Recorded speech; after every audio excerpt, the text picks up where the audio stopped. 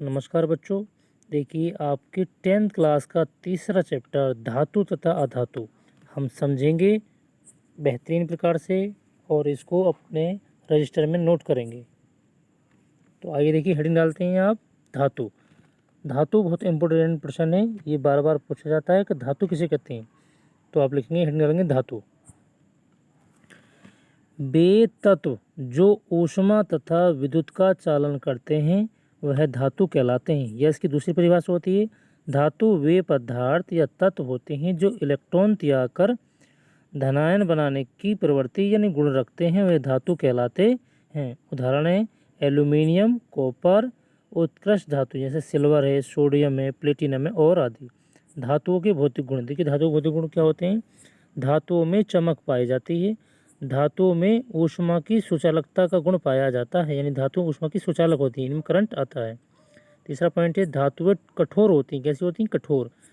चौथा है आपका पॉइंट, धातुओं को ठोकने पीटने पर ध्वनि आवाज उत्पन्न होती है। अब धातु के रासायनिक गुण, धातु के रासायनिक गुण क्रिया करेंगे। देखिए ऑक्सीजन के साथ क्रिया करने पर, मैग्नीशियम धातु होती है, ऑक्सीजन के साथ इसको गर्म करेंगे तो 2 लगा लेंगे यहाँ 2 Mg संतुलित करने के लिए आप, तो 2 MgU बन जाएगा, मैग्नीशियम ऑक्साइड बन जाएगा। इसी प्रकार जल के साथ क्रिया करने पर, जल के साथ क्रिया करेंगे तो Al प्लस में 2H2O, इनको गर्म कर देंगे तो Al ब्रैकेट में OH का होल ट्वाइस प्लस H2 बन जाएगा, एल्यूमिनियम हाइड्रोक्साइड बन जाएगा और हाइड्रोजन गैस बन जाएगी। H कितने थे? 4, 2H आपके इसमें आ गए ब्रैकेट में होल स्क्वायर में, 2H ये 4 और O 2 थे हमारे पास में, 2 ये आ गए, एल्यूमिनियम आ गया। ये हो गया आपकी जल के साथ क्रिया।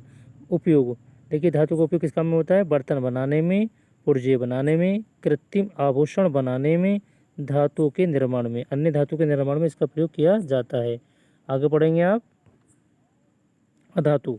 हेडिंग डालेंगे अधातु। क्या हेडिंग डालेंगे? अधातु।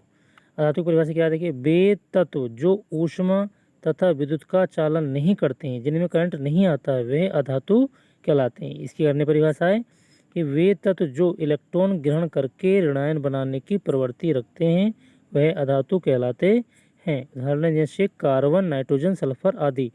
अधातुओं के भौतिक गुण क्या होते हैं? देखिए हेडिंग डालेंगे अधातुओं के भौतिक गुण। हेडिंग डालेंगे आप अधातुओं के भौतिक गुण। अधातुओं के भौतिक गुण क्या होते हैं? देखिए नंबर 1, अधातुओं में चमक नहीं पाई जाती है। अधातुएं विद्युत की कुचालक होती हैं, इनमें करंट नहीं आता है। अधातुओं को ठोकने पीटने पर ध्वनि उत्पन्न नहीं होती है। अधातुएं मुलायम होती, कैसी होती हैं? मुलायम। अब अधातुओं के रासायनिक गुण की लिखेंगे आप। रासायनिक गुण क्या होते हैं? देखिए अधातुओं की क्लोरीन से क्रिया करने पर P4 सफ़ेद फास्फोरस होता है, 6 क्लोरीन की गैस के साथ में आप गर्म कर देंगे, Cl2 क्लोरीन गैस होती है। ये 6 जो लगाए हैं हमें संतुलित करने के लगाए हैं, तो P4 है तो 4PCl3 हो जाएगा, क्योंकि 6Cl2 थे। तो आप ये 2 3 है, ये 3 चौक 12 हो जाएंगे। इनका बैलेंस बनाएंगे, 4 तिया 12 हो जाएगा और आपकी समीकरण संतुलित हो जाएगी। अधातुओं की हाइड्रोजन से क्रिया करने पर, देखिए नाइट्रोजन गैस है जो कि एक अधातु है, प्लस H2 हाइड्रोजन गैस है, ये भी क्या है? एक अधातु है। इनकी क्रिया करेंगे आप N2 प्लस 3H2 को, जबकि ये गैसें हैं लेकिन ये अधातुओं में रखी गई हैं। इनको गर्म करेंगे तो 2NH3 अमोनिया गैस बन जाएगी। अब इसके उपयोग हैं, देखिए अधातुओं के उपयोग। नंबर 1, अधातुओं के ऑक्साइड बनाने में, कृत्रिम पदार्थ बनाने में, धातु कर्म के निर्माण में, आयनिक यौगिक के निर्माण में। नेक्स्ट है आपका खनिज। खनिज किसे कहते हैं? देखिए प्रकृति में धातु तथा उसके यौगिक जिस रूप में पाए जाते हैं वह खनिज कहलाते हैं। अगली हेडिंग है आपकी अयस्क। क्या हेडिंग है? अयस्क। जिस खनिज में शुद्ध धातु सरलतापूर्वक तथा कम खर्च में व्यवहारिक रूप से प्राप्त की जाती है, वह अयस्क कहलाती है। देखिए उदाहरण ऐसे कॉपर है, एल्यूमिनियम है, ये क्या अयस्क है। देखिए प्रश्न पूछता आपका इम्पोर्टेंट प्रश्न है कि कॉपर के 2 अयस्कों के नाम व सूत्र लिखिए। बहुत ज़्यादा बार पूछा जाने वाला प्रश्न है। कॉपर का जो 2 अयस्क होते हैं वो इस प्रकार हैं। देखिए नंबर 1 कॉपर पायराइड, इसका सूत्र होता है CuFeS2। दूसरा होता है कैल्कोसाइट, कॉपर गिलांस बोलते हैं इसको, Cu2S। अगला प्रश्न आपका ये भी बहुत पूछा जाता है, एल्यूमिनियम के 2 अयस्कों के नाम व रासायनिक सूत्र दीजिए। तो बॉक्साइट, बॉक्साइट क्या होता है, एल्यूमिनियम का जो है अयस्क है, इसका सूत्र होता है Al2O3 × 2H2O। दूसरा होता है क्रियोलाइट, क्रियोलाइट का सूत्र क्या होता है देखिए Na3Alf6। एल्यूमिनियम नाइट का सूत्र होता है K2SO4 × Al2SO4 का होल थ्राइस × 4Al ब्रैकेट में OH का होल थ्राइस। ये हो गए दो एल्यूमिनियम के अयस्क के नाम। अगला प्रश्न है गालक या धातुमल पर टिप्पणी लिखी। तो देखिए गालक की परिभाषा लिखेंगे, वे पदार्थ जो धातुओं में विद्यमान यानी पाए जाते हैं, अगलनीय अशुद्धियों को गलाकर अविलेय पदार्थों के रूप में प्रयुक्त होते हैं, वह गालक कहलाते हैं। गालक कितने प्रकार के होते हैं, दो प्रकार के होते हैं, अम्लीय गालक और क्षारीय गालक। गालक को समझेंगे इस प्रकार, धातुओं को गलाकर अशुद्धियों को अलग करना, अलग करने वाली क्रिया को धातुमल कहते हैं।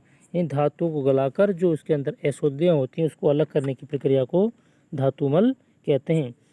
जैसे CaO कैल्शियम ऑक्साइड बिना बुझा चूना, सिलिका ऑक्साइड SiO2, इनको गर्म कर देंगे Ca और इधर से SiO ले लेंगे, इधर को Si3 बन जाएगा, CaSiO3 बन जाएगा, यानी धातुमल कहते हैं इसको। क्या कहते हैं, धातुमल। अगला प्रश्न है आपका भर्जन, भर्जन किसे कहते हैं, बहुत इंपॉर्टेंट प्रश्न है ये भी।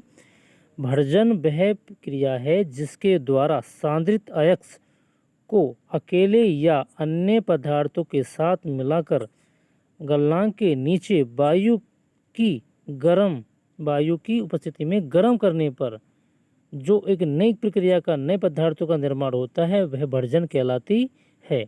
उदाहरण है जैसे कॉपर पायराइड CuFeS2 से कॉपर का निष्कर्षण करने में सांद्रित अयस्क का जो रूप प्राप्त होता है उस क्रिया को भर्जन कहते हैं, उस क्रिया को भर्जन कहते हैं। जैसे S क्या होती है, ये सल्फर, O2 क्या होती है, ऑक्सीजन, इन दोनों को गर्म कर देंगे तो सल्फर डाइऑक्साइड गैस बन जाएगी। ये क्रिया क्या कहलाएगी, आपकी भर्जन कहलाएगी। यानी डालेंगे भर्जन है, इंपॉर्टेंट प्रश्न है बहुत। अगला प्रश्न है आपका फैन प्लेवन विधि, इसको आप वेरी वेरी मोस्ट करके लिख लीजिएगा, ये बहुत ज़्यादा इंपॉर्टेंट प्रश्न है आपका, भर्जन किसे कहते हैं। अगला प्रश्न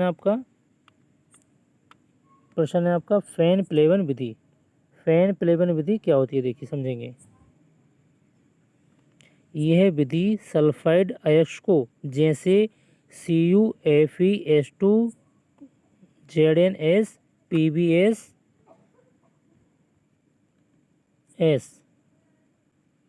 को गैंग से अलग करने के लिए प्रयुक्त की जाती है, जिसमें पिसे हुए बारीक अयस्कों के कण होते हैं, जिस जल में मिलाकर गर्दम यानी कर्दम जो होता है लेई लुगदी बना लेते हैं, इसको बना लेते हैं, जिसमें फिर चीड़ का तेल या यूकेलिप्टिस का तेल मिलाकर टैंक में गर्म करते हैं, जिससे वायु टैंक से जलवाष्प के रूप में बाहर निकलने लगती है और ऊपर की ओर झाग बनकर बाहर आ जाते हैं और नीचे से शुद्ध कण रह जाते हैं जो गैंग से नीचे पानी में डूब जाते हैं। इस प्रकार जो नई प्रक्रिया का निर्माण होता है, यानी नई प्रकार की जो शुद्धियाँ प्राप्त होती हैं, उस प्रक्रिया को धातु की फैन प्लेवन विधि कहते हैं।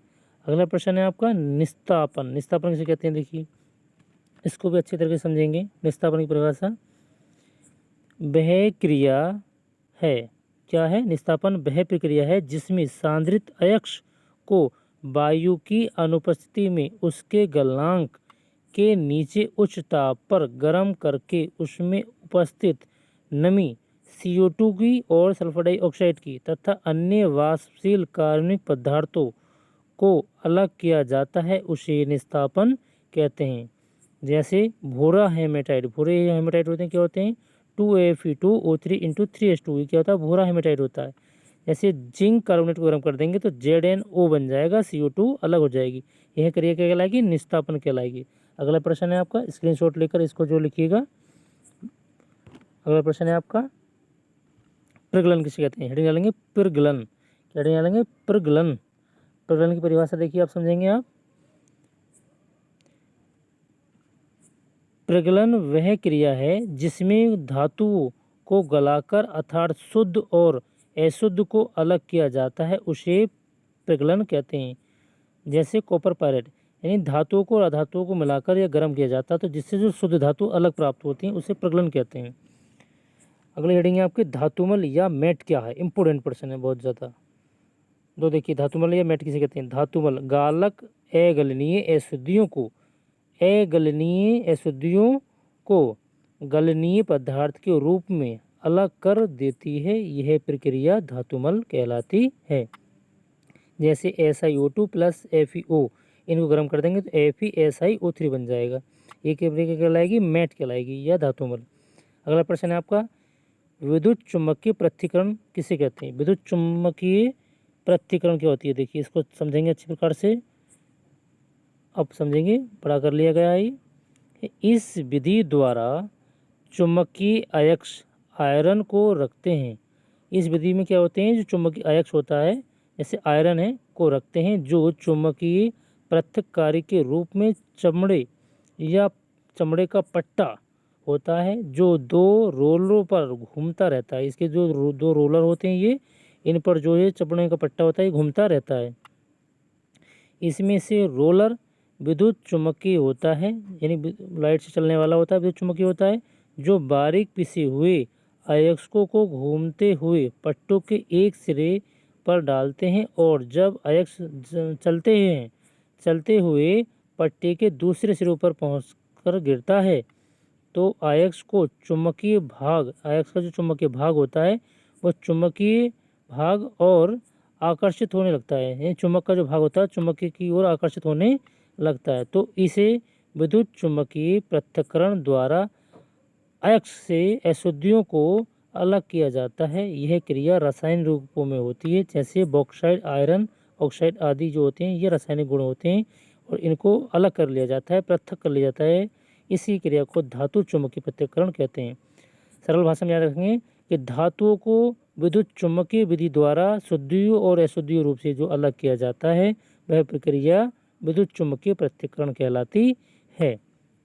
अगला प्रश्न आपका देखिए थर्मिट अभिक्रिया कैसे है, ये भी इंपॉर्टेंट है आपका। थर्मिट अभिक्रिया कैसे कहते हैं। जब धातु अयस्कों की एल्यूमिनियम धातु के साथ क्रिया करते हैं तो एल्यूमिनियम ऑक्साइड व ऊष्मा का निर्माण होता है तथा आयरन अलग हो जाता है। इस प्रकार की